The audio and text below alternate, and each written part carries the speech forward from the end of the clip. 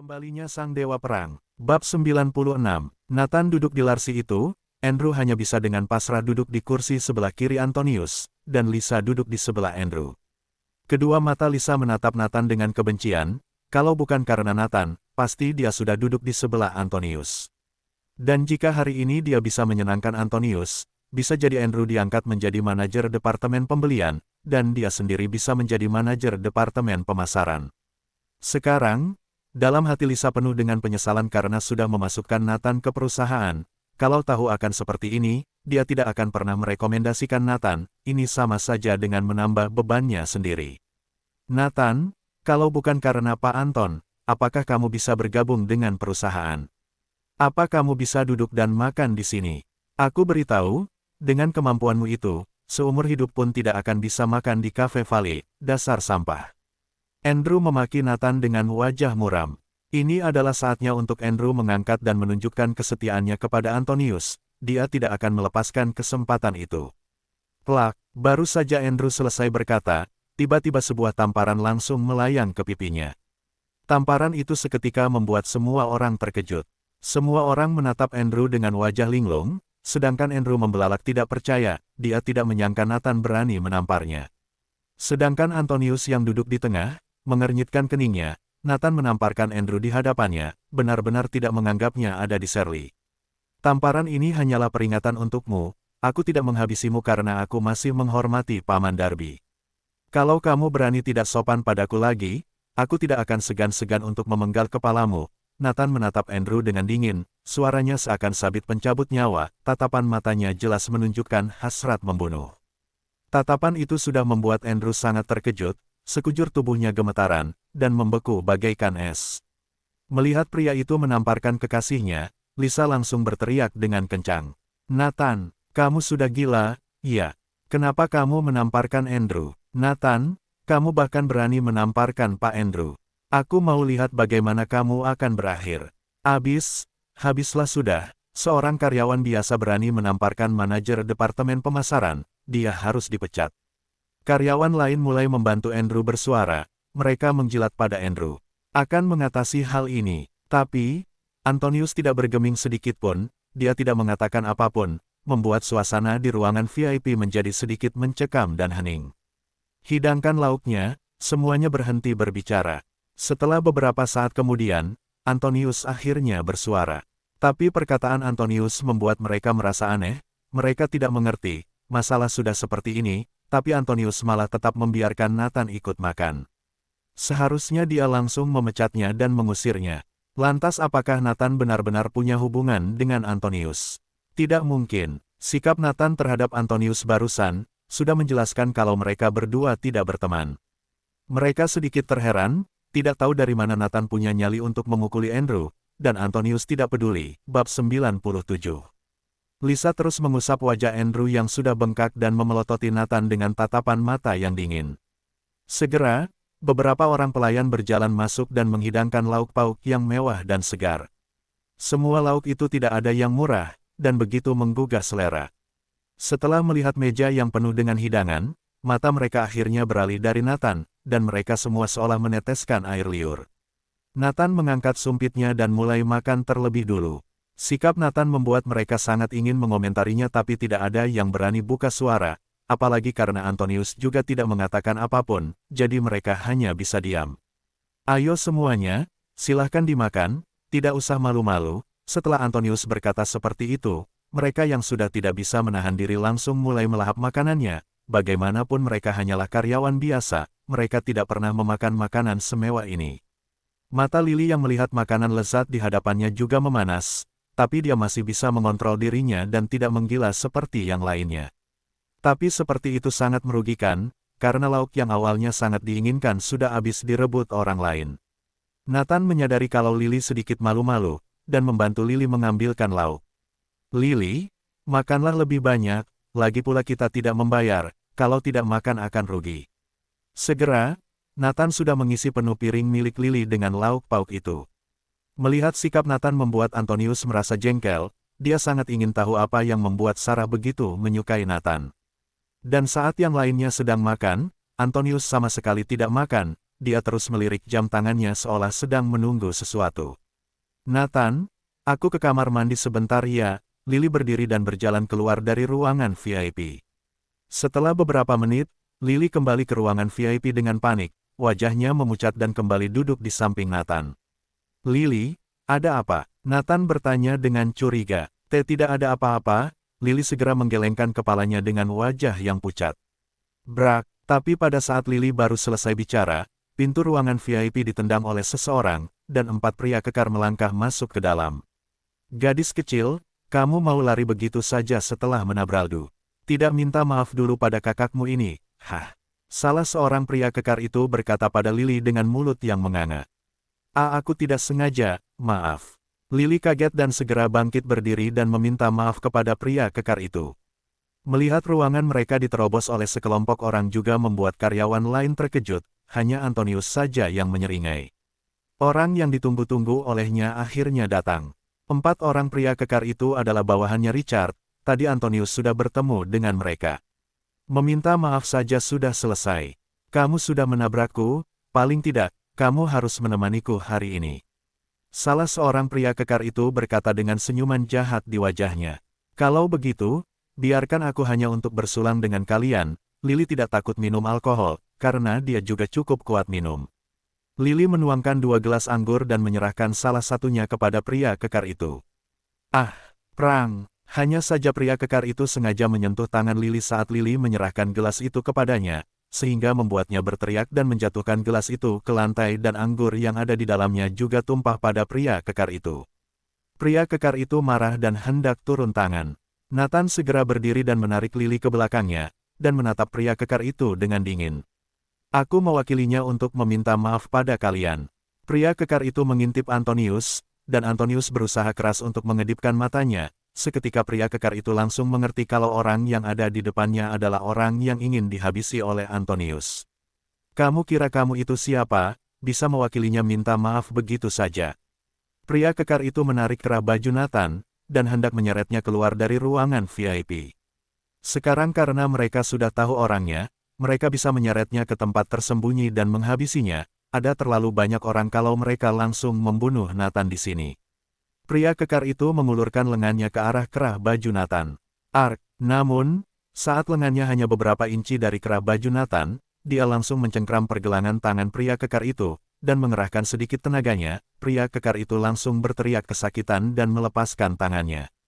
Aku paling benci orang yang menarik kerah baju lu, ini hanya sebuah peringatan untukmu, Nathan berkata dengan tenang. Pria kekar itu melihat pergelangan tangannya yang memerah, tatapan matanya menunjukkan sedikit ketidakpercayaan. Siapa bocah ini? Melihat Nathan berani berkata seperti itu, Antonius juga semakin kaget, tapi semakin Nathan melakukan hal seperti ini akan membuat kenatiannya semakin menyenangkan. Bocah, kamu jangan belagu kalau begitu ayo ikut aku keluar. Dengus pria kekar itu berkata pada Nathan sembari mengelus lengannya yang terasa sakit. Oke, Nathan menjawab dengan sombongnya. Lily melihat Nathan hendak dibawa pergi oleh beberapa orang itu bergegas menarik Nathan. Tenanglah, aku akan segera kembali. Nathan tersenyum pada Lily dan langsung pergi keluar. Melihat Nathan ikut pergi dengan beberapa pria kekar itu, Lily bergegas menyusul, namun Lisa menahannya. Lily, apa yang sedang kamu lakukan? Mereka itu kelihatan sangat galak, kalau Nathan berani keluar dia pasti punya keberanian. Lisa membujuk Lily, namun hatinya benar-benar berharap Nathan dipukuli sampai mati. Sedangkan Antonius yang melihat Nathan dibawa pergi oleh pria kekar itu langsung tersenyum puas, dia segera mengibaskan tangannya kepada karyawan lain yang sudah ketakutan hingga merenucat sejak awal. Ayo, lanjutkan lagi makan-makan kita. Melihat Antonius berkata demikian, mereka segera kembali ke tempat duduk masing-masing dan suasana mulai bersemangat lagi. Nathan si bajingan itu, sebaiknya dipukuli sampai mati. Andrew berkata dengan keji. Saat ini wajahnya masih terasa sakit, dia sudah sangat membenci Nathan. Karyawan lain juga segera mengiyakan, tidak ada yang peduli dengan keselamatan Nathan kecuali Lily. Nathan, sekarang juga kamu berlutut pada Pak Andrew dan minta maaf, bisa saja dia memaafkanmu dan membiarkanmu tetap bekerja, kalau tidak kamu pasti akan dipecat. Kate berkata kepada Nathan dengan dingin. Nathan, Lily menatap Nathan dengan tatapan serba salah, dia juga tidak menyangka Nathan berani turun tangan kepada Andrew. Memecatku. Nathan menyeringai dingin. Apa haknya? Dia belum memenuhi persyaratan untuk memecatku. Pak Anton, sang direktur sedang duduk di sini. Dia yang hanya manajer departemen pemasaran tidak punya hak untuk berbicara. Nathan, persetan denganmu, raung Andrew dengan penuh amarah.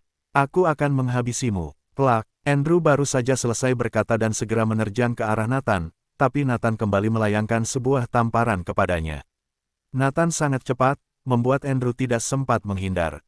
Tapi saat Nathan memukul Andrew, tatapan matanya tertuju pada Antonius, tatapan mata itu begitu memprovokasi.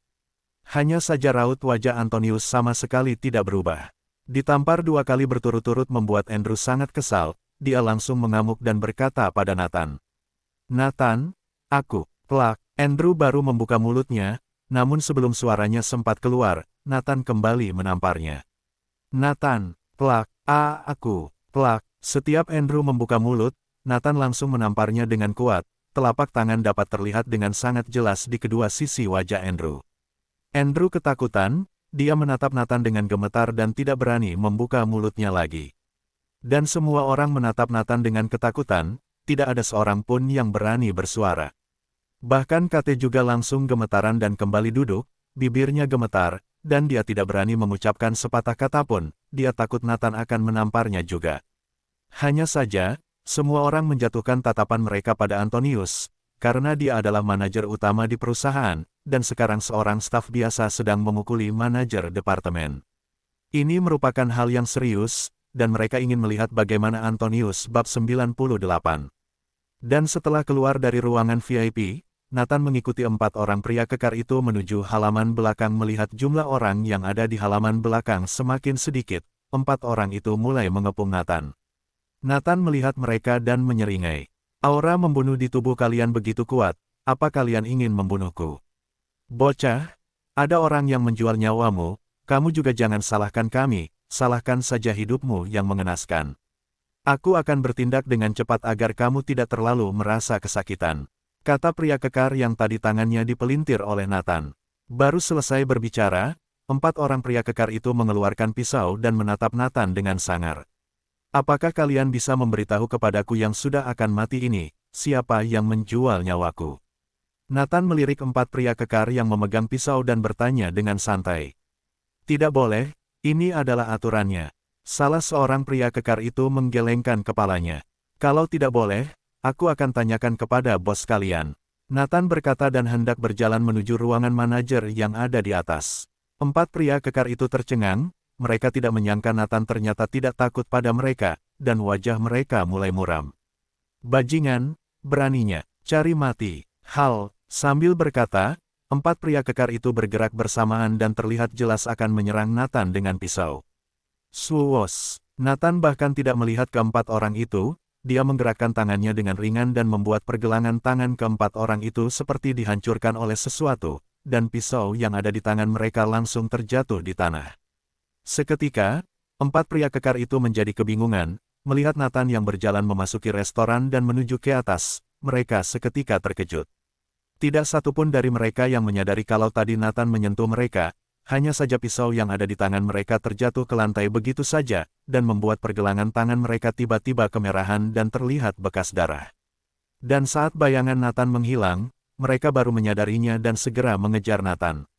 Pada saat itu, di dalam ruangan manajer, Richard sedang menatap keluar jendela, tangannya memegang sebuah cerutu dan kedua alisnya terlihat menyatu. Awalnya di kota Vale, kekuatan dalam lingkungan mafia hanya terbagi menjadi 2 bagian, Nocturnal, dan mereka, klan martir. Meski ada beberapa geng kecil lainnya, tapi mereka sama sekali tidak berarti dan tidak dianggap. Hanya saja, beberapa waktu lalu, pemimpin klan martir, Ruiz terluka, dan seluruh permasalahan dalam klan martir diambil alih oleh Richard. Dia juga tidak berani bertindak gegabah, tanpa Ruiz yang menjabat, kalau suatu saat Ryzen tiba-tiba menyerang mereka, klan martir tidak akan bisa menahannya. Sebenarnya Richard juga melihat sendiri saat Nathan memukul Ruiz. Kekuatan Nathan sangat membuat Richard terkejut, dia tidak tahu kalau Ryzen punya orang sekuat itu. Namun Ruiz sudah mencari gurunya, Paul. Pada saat itu, asalkan Paul datang membantu mereka, maka kekuatan klan martir dan Nocturnal akan menjadi seimbang. Brak, saat Richard menatap keluar jendela dan memikirkan tentang masa depan klan martir, tiba-tiba ada suara keras yang terdengar, pintu ruangannya ditendang hingga terbuka oleh seseorang. Richard seketika murka, dan dia berteriak sebelum menolehkan kepalanya. Sialan, siapa yang berani masuk tanpa mengetuk pintu? Dan saat Richard baru selesai berbicara, dia menolehkan kepalanya, wajahnya langsung tercengang, kedua matanya menunjukkan ekspresi yang ngeri. Karena Nathan yang memukuli Ruiz, sedang berdiri di hadapannya. Nathan tidak mengenal Richard, karena di perjamuan yang diadakan oleh Zain, orang yang dibawa oleh Ruiz terlalu banyak. Tapi tidak ada yang berani bertindak, hanya Ruiz yang berani melawan Nathan dan dihabisi oleh Nathan. Karnu adalah manajer dari Cafe Bicheon. Nathan bertanya pada Richard yang wajahnya penuh keterkejutan. Richard yang melihat Nathan tidak mengenalinya segera mengangguk. Benar, aku adalah manajernya. Apa Anda punya urusan? Tadi bawaharimu mengatakan kalau ada orang yang menjual nyawaku, aku datang kemari untuk bertanya siapa yang menjual nyawaku itu. Nathan menarik sebuah kursi dan duduk di atasnya. Bab 99. Richard tersenyum canggung. Aku pernah melihatmu saat perjamuan Tuan Zain, pemimpin kelompok kami adalah orang yang dipukuli oleh.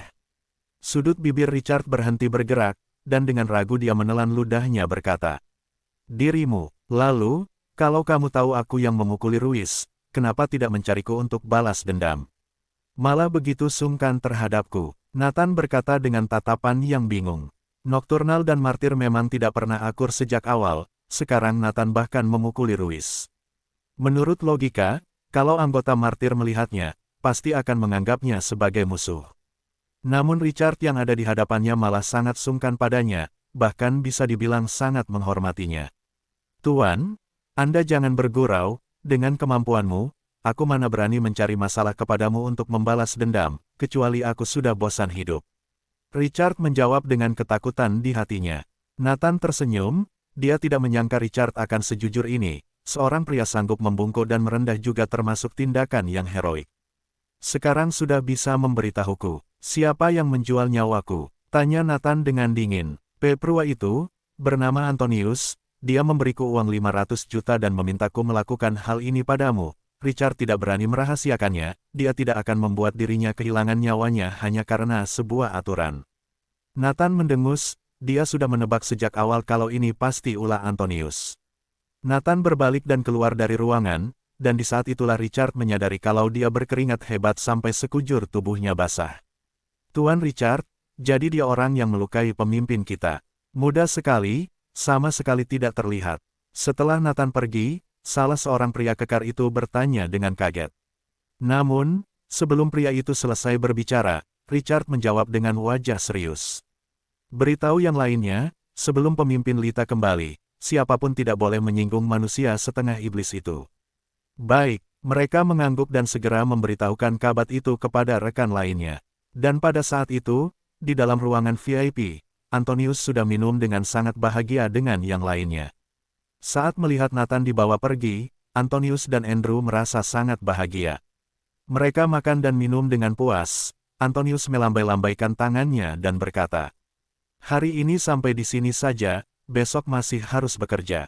Aku harap departemen pemasaran akan menjadi lebih baik. Karena sangat bahagia, Antonius minum cukup banyak, wajahnya sudah merah dan suaranya terdengar parau. Karena Antonius sudah mengisyaratkan untuk bubar, tidak ada orang yang berani tinggal lagi. Mereka segera bangkit berdiri dan hendak pulang. Tunggu dulu, Nathan belum kembali, apa kita tidak menunggunya? Saat semua orang bersiap pulang, Lily tiba-tiba bertanya dengan cemas. Lily, apa kamu tidak dengar ucapan Pak Antonius? Dia menyuruh kita pulang dan beristirahat, dan bekerja dengan baik besok, apa kamu tidak mau menuruti ucapan Pak Antonius? Andrew berteriak pada Lily. Lily menjadi panik, dia tidak berani membantah Antonius, tapi dia juga sangat mencemaskan keselamatan Nathan. Lily, tidak usah pedulikan Nathan lagi, bisa saja bajingan itu sudah kabur sejak tadi, kita pulang saja dulu.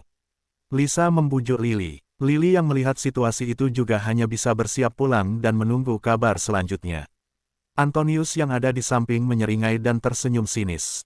Nathan tidak akan kembali lagi selamanya. Tapi pada saat mereka hendak pulang, pintu ruangan VIP tiba-tiba terbuka, Nathan berjalan masuk. Melihat Nathan berjalan masuk, mereka semua tercengang, mereka mengira Nathan yang dibawa pergi sudah dipukuli sampai tidak bisa bergerak lagi.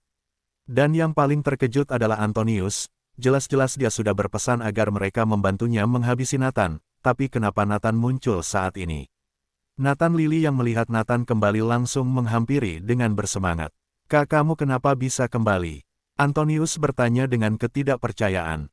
Nathan mencibir, "Masalah sudah diselesaikan, tentu saja aku harus kembali." Lantas Pak Antonius berharap aku tidak kembali lagi. Antonius menatap tatapan Nathan yang penuh ejekan, dan entah kenapa, sekujur tubuhnya gemetaran, dia berusaha keras menenangkan dirinya dan berkata, "Apa ada yang harus aku harapkan? Kalau kamu kembali ya kembali saja." "Nathan, kamu kembali tidak tepat waktu, kami sudah selesai makan. Kalau kamu ingin makan, di sini masih ada sisa makanan, kamu bisa makan sisa makanan itu agar tidak boros." Andrew menatap Nathan dengan tatapan penghinaan. Yang lainnya mulai tertawa, mereka menatap Nathan dan menertawainya dengan penuh penghinaan. "Kenapa, wajahmu tidak sakit lagi?" Nathan menatap Andrew dengan sinis. Andrew tercengang, dia terkejut dan segera melangkah mundur, kedua tangannya memegangi wajahnya. "Andrew, jangan hiraukan dia, ayo kita pulang." Lisa juga takut Nathan akan bertindak lagi, jadi dia segera menarik Andrew untuk pulang. Semua orang keluar dari ruangan itu dan menyisakan Nathan dan Lily. Jangan sampai datang naik Fortuner pulangnya malah naik taksi. Semua orang mulai menghina Nathan. "Atas dasar apa aku harus memperlihatkannya kepada kalian?" Nathan tersenyum dingin. "Hidupmu penuh dengan berlagak, kamu mana mungkin punya teman yang sanggup membeli Fortuner. Sekali sampah tetaplah sampah. Benar, napi tetaplah napi." Semua orang menghina Nathan dengan penuh harmoni. Mereka sengaja melawan Nathan agar membuat kesan baik di mata Andrew. "Aku sudah tahu kok, setelah Nathan dibebaskan, dia malah ditinggal nikah oleh pacarnya. Dengan statusnya itu, apa yang mau dia pamerkan di depan kita?" Andrew melihat semua orang mulai menghina Nathan, seketika lupa akan rasa sakit di wajahnya, dan mulai menghina Nathan juga. Raut wajah Nathan seketika menjadi dingin, dan langsung mengangkat tangannya. Melihat Nathan hendak menamparnya lagi, Andrew kembali merasa takut. Dia terkejut dan segera memegangi wajahnya dan bersembunyi di balik Lisa. "Berani kamu?" "Hah!" Lisa berteriak kesal pada Nathan. "Nathan, sudahlah." Lily menarik lengan baju Nathan dengan erat. "Jangan urus mereka yang tidak penting itu." Nathan melihat Lisa yang sudah seperti itu akhirnya menurunkan tangannya. Kalau dia dan Lisa sampai bersih tegang, pada saat Darby dan orang tuanya bertemu dan membahasnya pasti akan membuat orang tuanya merasa khawatir. Melihat Nathan menurunkan tangannya, Andrew seketika menegakkan punggungnya, tapi dia tidak berani mengatakan apapun lagi. Dan pada saat itu, sebuah mobil Fortuner melaju ke arah mereka dan berhenti di depan semua orang. Saat mereka melihat mobil Fortuner itu, mereka seketika tercengang. Nathan juga sedikit bingung, dia tidak menyangka kalau Raisin akan menunggunya dari tadi. Sedangkan Lily saat melihat mobil Fortuner itu langsung berteriak dengan semangat.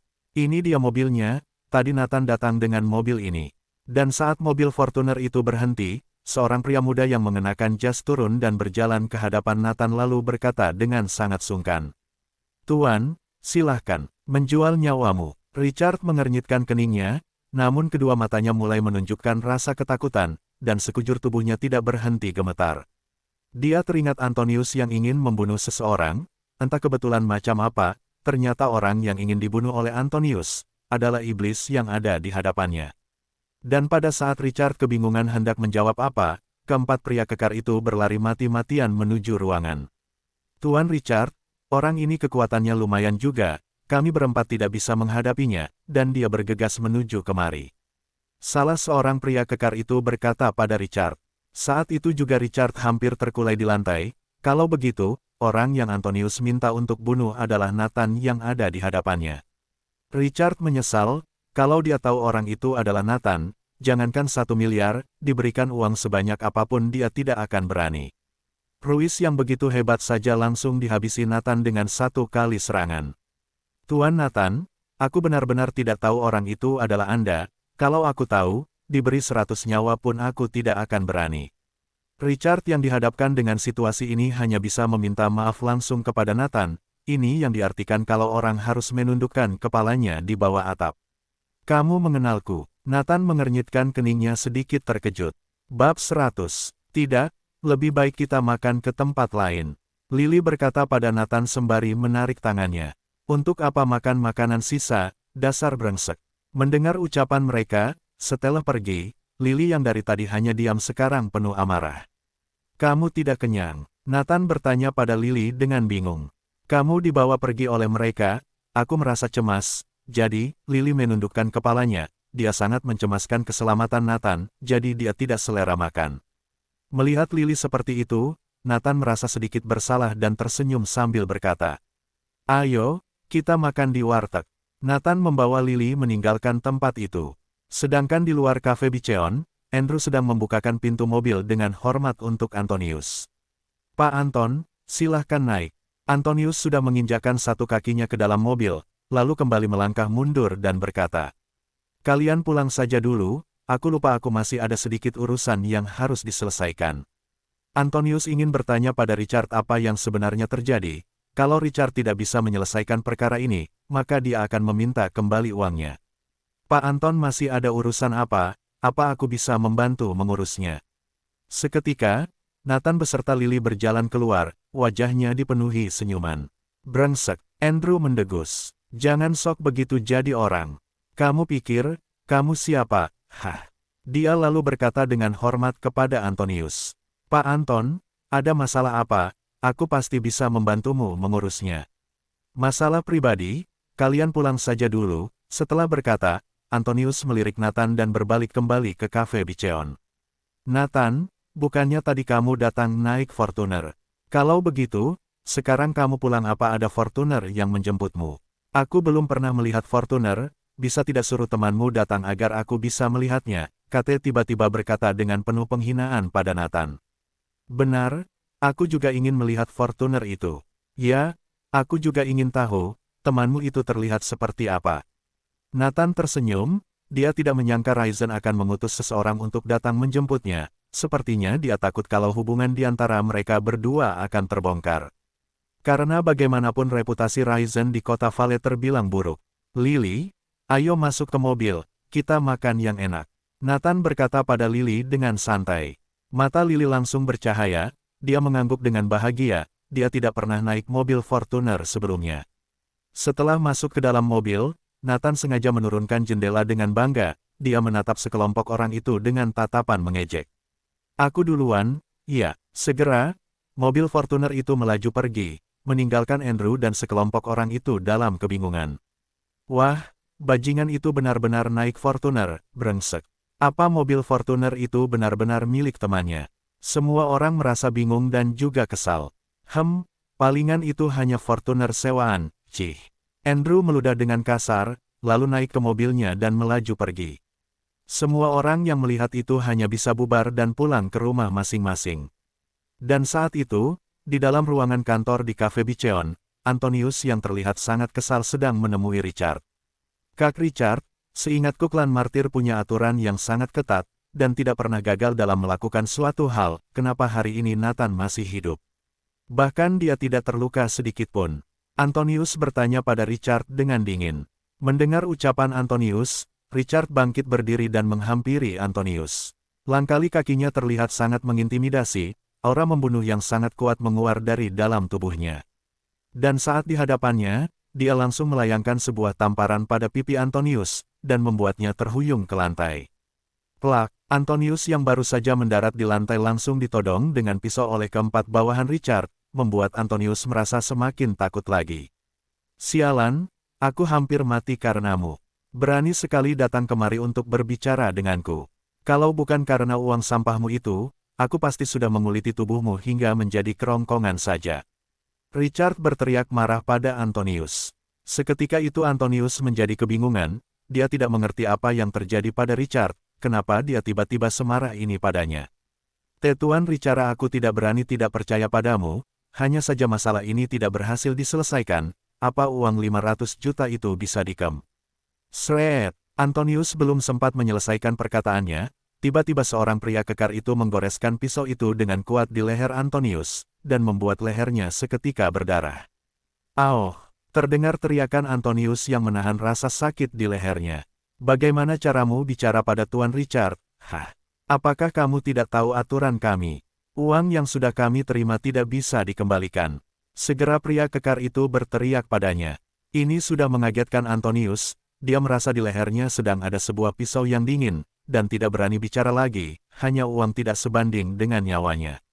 Enyahlah, masalah hari ini, kalau sampai terdengar di telinga orang lain, maka aku akan mencabut nyawamu. Richard mengancam Antonius, karena meskipun bisnis mereka tidaklah besar, tapi integritas mereka sebagai pebisnis juga harus dipertahankan, kalau sampai kedengaran oleh orang lain, apalagi yang harus mereka perbuat. Kalau orang yang dia hadapi kali ini bukan Nathan, Richard juga tidak akan berbuat seperti ini. Kemudian, Antonius digusur keluar, dia seperti kehilangan seluruh jiwanya. Uang 500 juta yang dia dapatkan dengan susah payah habis begitu saja, dan itu bahkan tidak membuat Nathan menghilang, dia bahkan tidak terluka sedikitpun. Antonius merasa sangat dirugikan. "Aoh!" Antonius berteriak keras saat berjalan keluar dari kafe Bicheon untuk meluapkan ketidakpuasan dalam hatinya. Bersambung.